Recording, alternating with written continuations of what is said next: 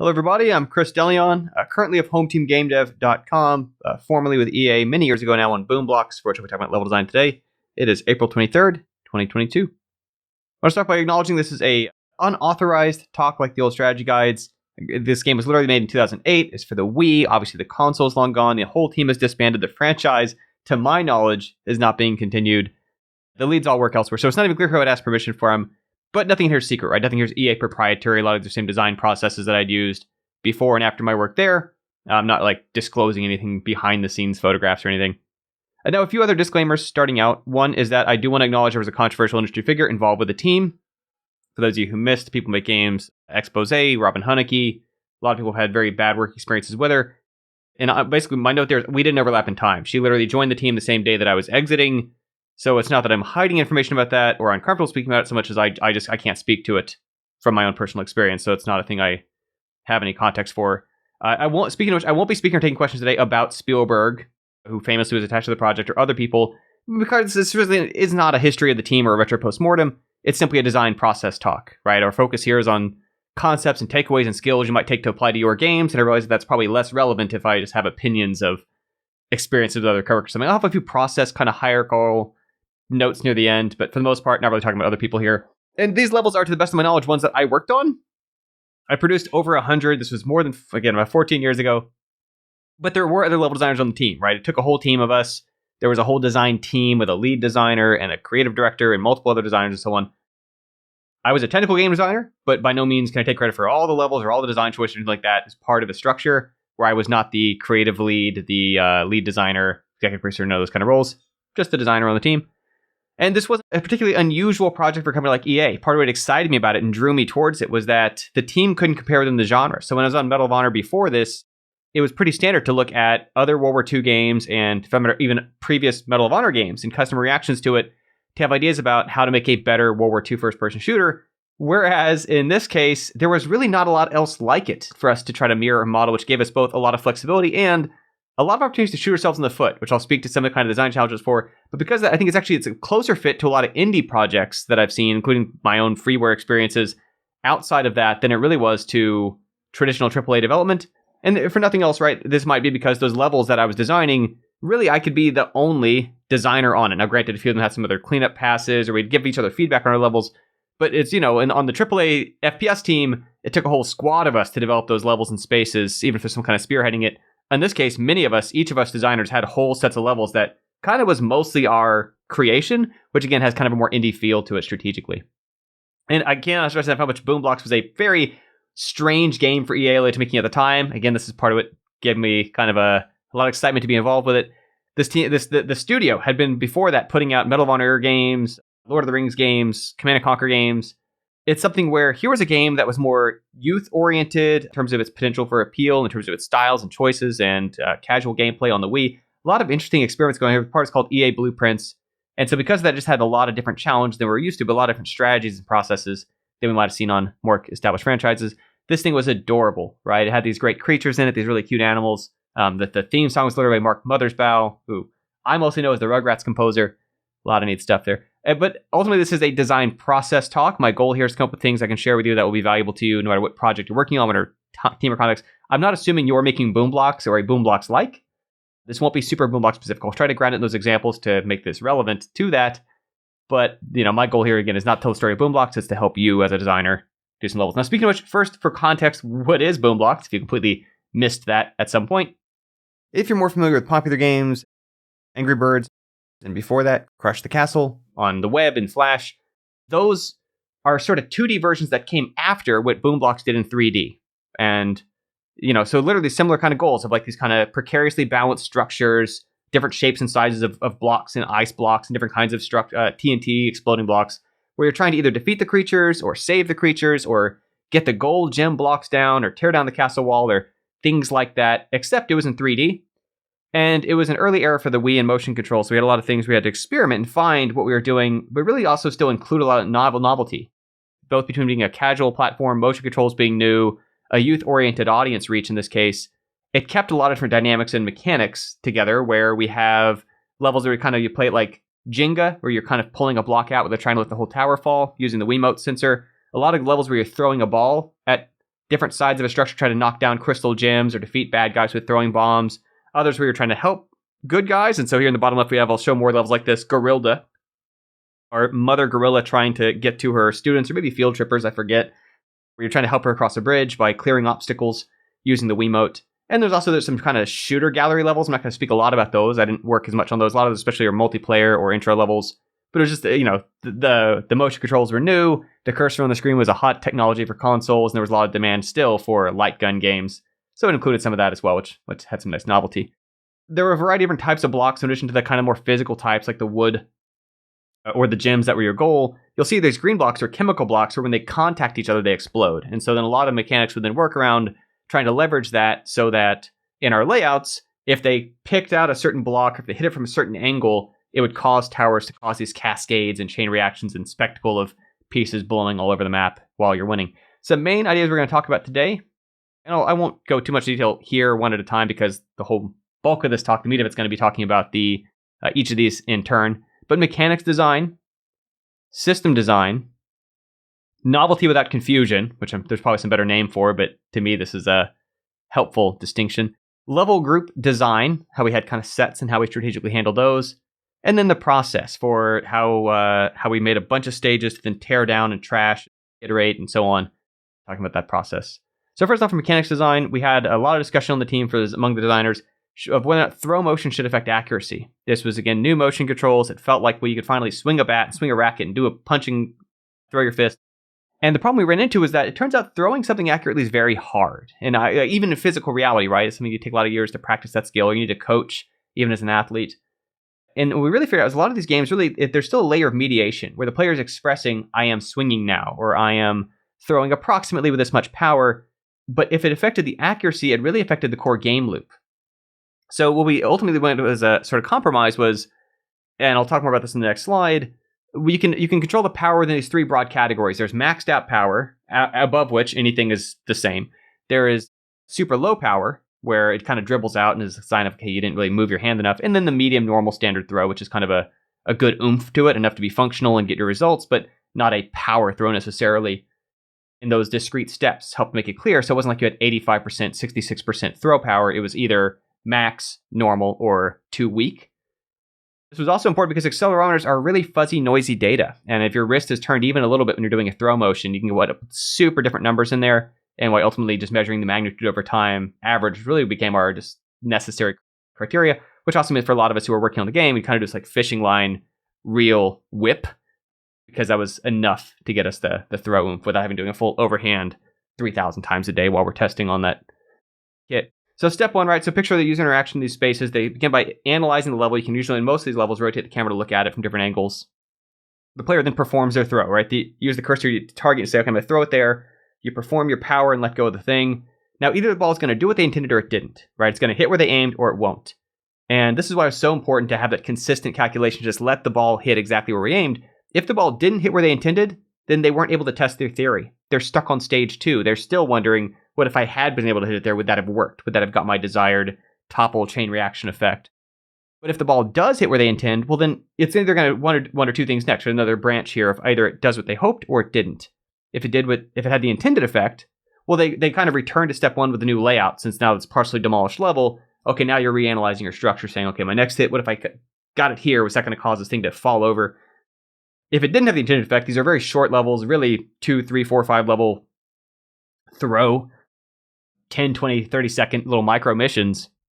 You just restarted the level, right? Just like a mobile game.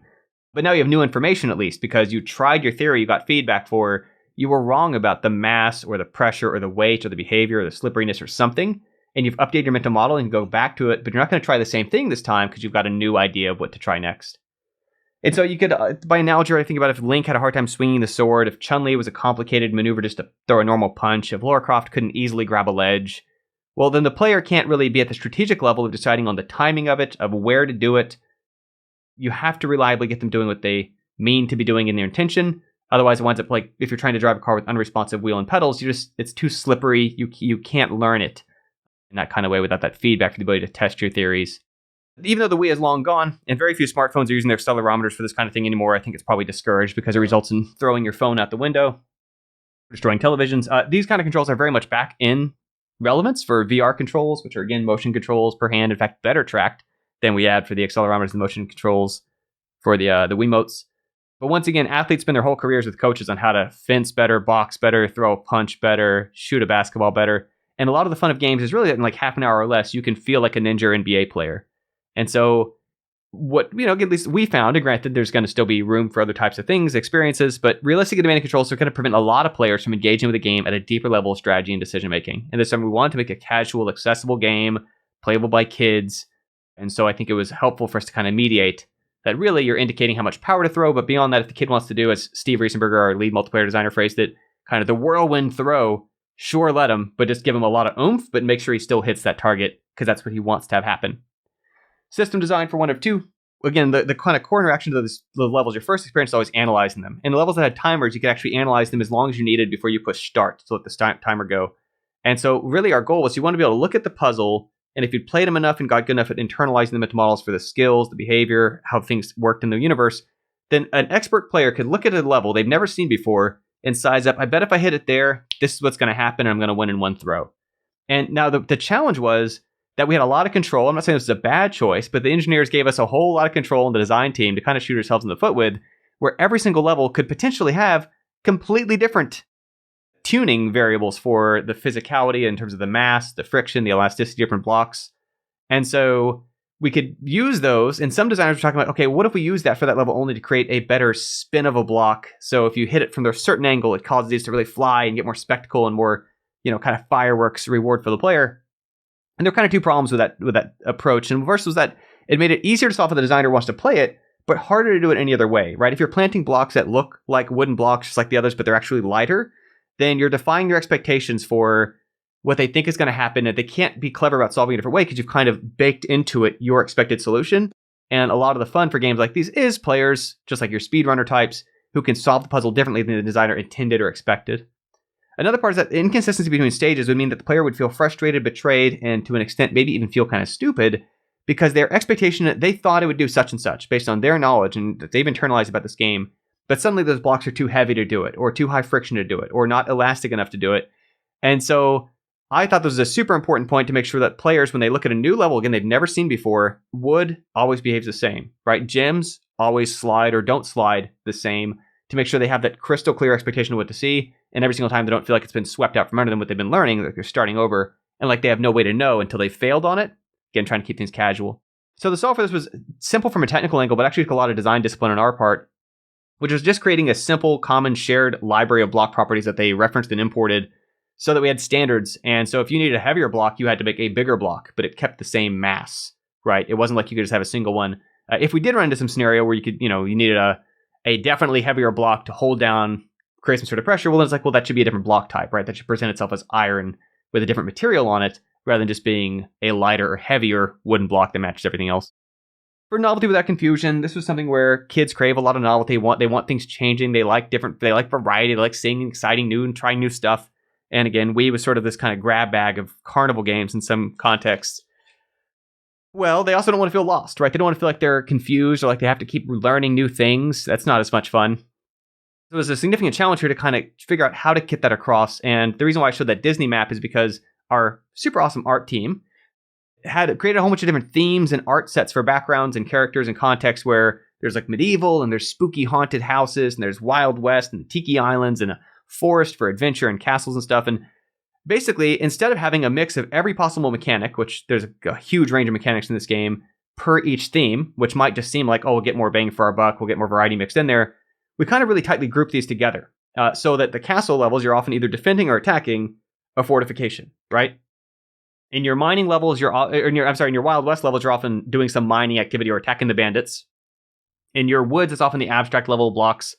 I'll show you a few different themes we use for the jungle stages and for the different kind of areas for the volcano or something. But what this gave us was an effect where it gets us really clear tie-in. So when the player sees that environment, they have an immediate hook to recognize, oh, it's one of those levels. I've done one of these before. I already know what to do, even if I skipped the reading, didn't look at the title. I know what to do here because I've seen these before. I recognize that character means I do this. Or the other side, when they see something that's totally new to them, that's their feedback of, okay, well, I got to kind of heighten my antenna a little bit. I haven't done this one before. I might be trying to do something different here than what I've been doing before, and it kind of helps give them a chance to make that gear switch. This consistency also meant that the writer, who, hello Joe, I think he also lives in Massachusetts now over where I am, he later wrote for Bioshock Infinite and Deathloop, which sort of fun side note, but he and the illustrators can work on stories that have clear character scene goal tie-ins. So this is Gorilda. A bunch of levels I worked on involved helping this gorilla across bridges to her, I think, field trippers or kids or cousins or something. But anyway, they help her across the bridge to save the day. And so they're able to draw and illustrate this dramatically into the story presentation. So again, it's additional feedback to the player. Like when you see Gorilda, it's a level where you're trying to get her across a bridge somehow. Another example, one of these, right? So these volcano levels got this really dangerous looking magma all over the place and fires thrown up. And we had these cute little baby gorillas in diapers. And for those, the mechanic in a lot of these was sort of, again, Jenga tower, yanking out blocks, trying to remove the gems without letting any of the babies drop. If they fall even like, say, 2 meters, they splat comically, not too graphically, but it created a lot of dramatic tension. Again, it's like, okay, when you see the babies in their little diapers, that's a level where the challenge here is keeping the structure intact in a way that's the opposite of some other level goals. We had some trapped bouncy ball mining stages. So we had this opportunity to make our super elastic ball that just kind of ricochet almost indefinitely, like that 100 times or something bananas. So what we did was we created these structures where you could always see the whole outside and inside were just one layer thick with some holes in the top and the, 2 different ends of it. And then the goal there was like, okay, so I got 3 throws to ricochet this ball in there to try to hit every single one of those blocks. And you would try to kind of get a steep angle to kind of get it to spiral through or something. You could see it from the outside. A lot of fun. Feels like a kind of winning a casino or striking gold.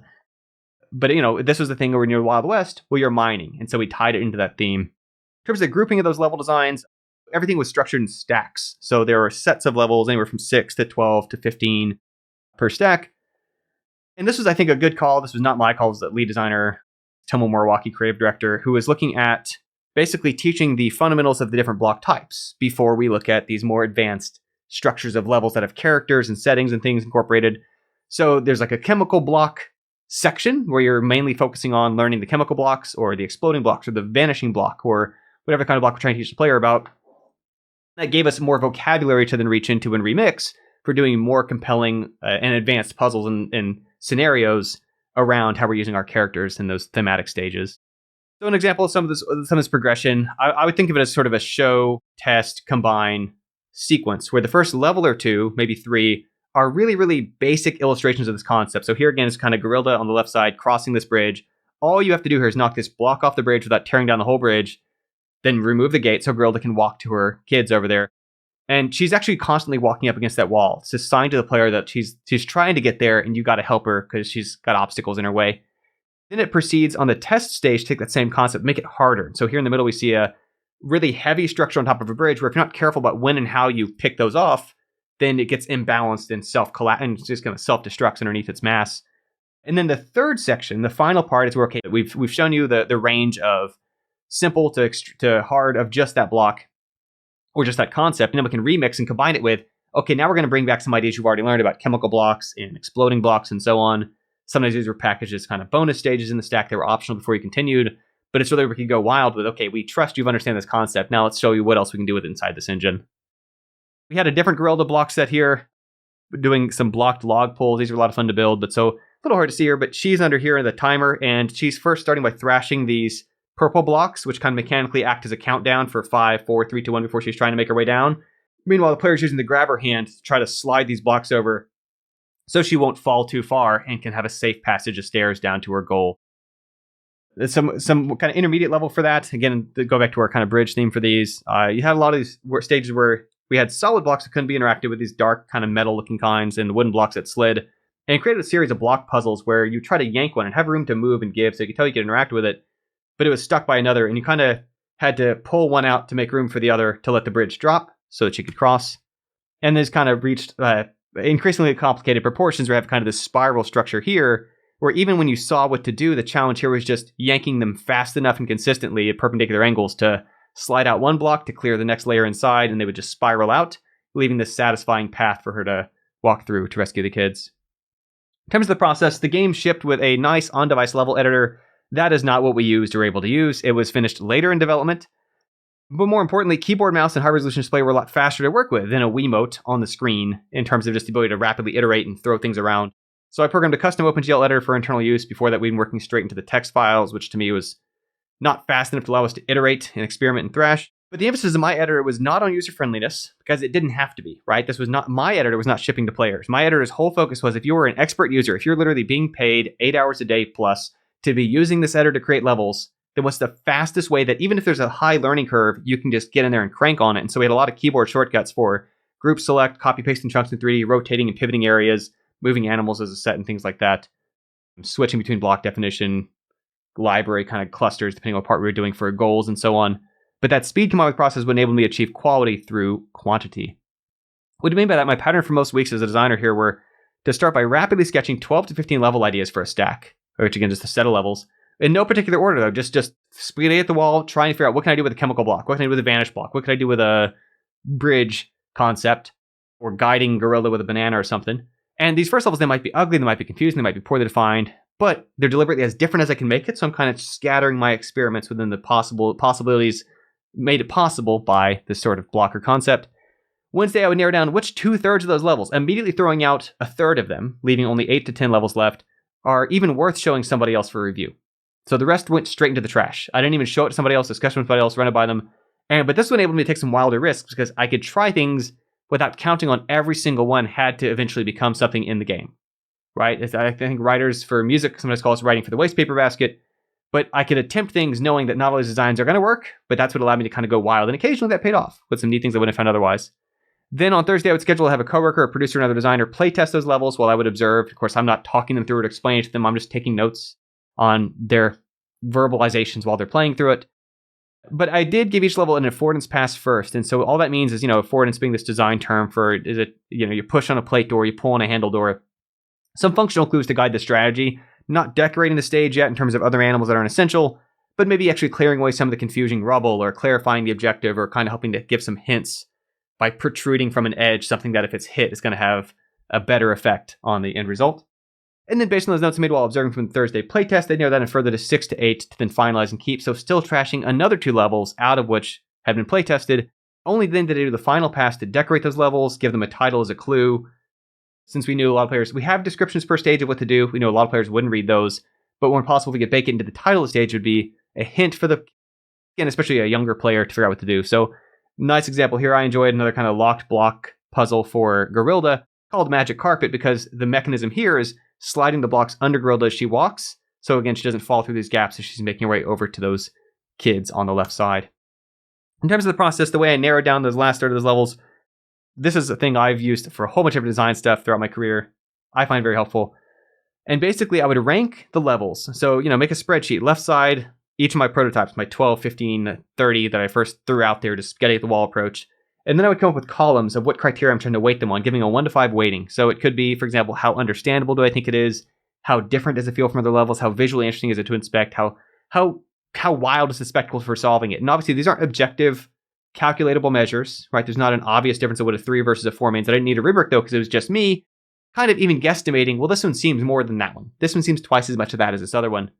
Then I would weight those scores, because some of those, maybe it's twice as important to me, or 3 times as important to me, or half as important to me, some of these factors than others. Summing those up, weighted, and then sorting on that gave me a clue as, well, these 2/3 are at least better to keep spinning on. Those thirds, due to one dimension or another or otherwise, just aren't as strong to build on, aren't worth iterating on further. This actually is a really old technique used by investment groups, hospital administrators, and so on. It's the same way I train new game developers to figure out which project they might make next out of the many possibilities. And I just find it's a really great general technique for when you have a lot of criteria, a lot of dimensions, a lot of possibilities to consider, coming up with a decision that at least feels like it makes rational sense to you based on, here's the factors I'm concerned about, and here's how important those factors are to me. Then it allows you to kind of inspect each one, making a choice that then informs overall, all things considered, semi-objectively, here's the order they get. Now, obviously, this is just a hint. You could still override that, right? You could still swap and be like, well, I really like that one, so I'm going to take it up a notch. Or if you start finding yourself faking these numbers and modifying to adjust the order, that's your sign anyway, right? That's the way to go. It's like the classic decision-making technique. You flip a coin, because then you figure out which way you want it to land, you've made your decision. Now, for more about the mechanics of this method, I have an old 2018 YouTube video. It's not one of my viral ones, but easy to find. It's called How to Make Complex Decisions Better. Just look for that, plus my name, Chris Delion, on YouTube. You'll find this video. It's pretty short, but it illustrates and lays out this concept for deciding even which game to work on next. Again, at a high level, the stuff we discussed today were mechanics design, system design, novelty without confusion, level group design, and kind of our process there. I have a few additional concepts we can kind of maybe cover in closing. Let me check our time real quick. We're at 25 minutes. I bet we can still kind of get through some of these. So first of all, some designs are more fun to make than play. And this is the danger for a lot of designers as to when making the space is almost like you're playing toy soldiers, having a lot of fun, designing your custom tracks, your custom whatevers.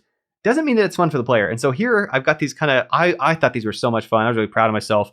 Made these little cannons that were chemically activated. So it's got this wooden log, and you can't really see inside there, but it's dividing chemical blocks on the top and the bottom layer. When you yank this thing out the side, the chemical blocks fall, explode, creating that chemical reaction, blast these fragmented little cubes in front that take out these zombies in front of them that are chasing Gorilla in this level. And I just thought these were the coolest thing. A lot of players, I've seen YouTube videos of people playing this, don't even know that they could do that. They can't tell. It's internal mechanisms.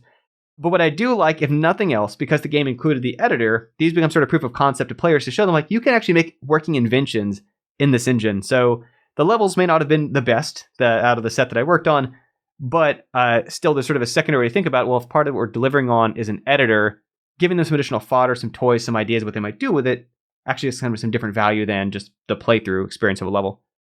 Credits policy on the team, and this is actually company-wide, this is no way unique to this team, was actually built around the time you were on the project, not on your actual contribution. And so this to me was frustrating because I contributed a sizable fraction of levels, certainly at least in proportion to my size of the design team, because I worked very fast and produced a lot of content. But because I left the team after several months, per company policy, I was credited as an additional designer. Now, the upside to this is this actually helped kind of reinforce for me a policy of my home team group for the 140 some odd games we've released, 145 now, maybe 150 soon. Every single one of those games we give super duper specific credit. So what you see here on the right is our game credits. Literally, we dig back through GitHub history and we don't say list of programmers, list of designers, list of artists. We say Tom did this model, programmed these features, worked on these sounds. Claim or Joel composed this song and this song. And granted, this may not scale great to AAA, but certainly for smaller teams, this has been, I think, something we've been really proud of and happy about. It's a lot of legwork going back through all those Git commits, but I think it's been a great policy so that if someone contributes a lot to a project, little to a project, you get this objective representation of the credits of who did exactly what, who was responsible for what here. And the other part I kind of definitely learned from this team was how much best practices depend on context. There were a lot of processes of very veteran developers in the studio, from the engineering side, the producer side, art, animation, design, all across the board that were adapted from huge teams in established genres, again, like RTS, FPS, that are really well suited for if you have a 200, 300 person team for 6 years trying to build something. Well, but the problem is that those don't actually fit well to a 40 to 60 person 1 or 2 year game where you're trying to do something new, innovative, different than we couldn't really build on. This is pre-Angry Birds. We're having to try to invent something different here in a way we couldn't learn as much from comparison across the space. And it created a lot of friction along the way of either slowing things down or these additional layers of approvals or sort of early baking in decisions that really hadn't been tested yet because they were coming from teams where you could just make an informed decision based on published, proven playable in other games. So that was just the point of friction, just an observation there. Again, it doesn't hit anybody's bad or wrong, but it was figuring out how much when we're working on engineering or design processes, audio techniques, animation techniques, whatever, how much your approach isn't always just a linear matter of better or worse. It's very much a matter of fit. It's that what might be a good fit for one genre or one team size may be a bad fit for your 3-person game jam team, for example. But anyway, open to questions in the time remaining, and we're kind of near the end. Also, if you want more stuff from me, a quick plug for my free weekly email series. If you like this sort of thing, gamedevtraining.com. Just you'll get an email once a week with various tips that come from me training game developers. But that's for today. I want to thank you for being here and following along. And open for questions. Thanks.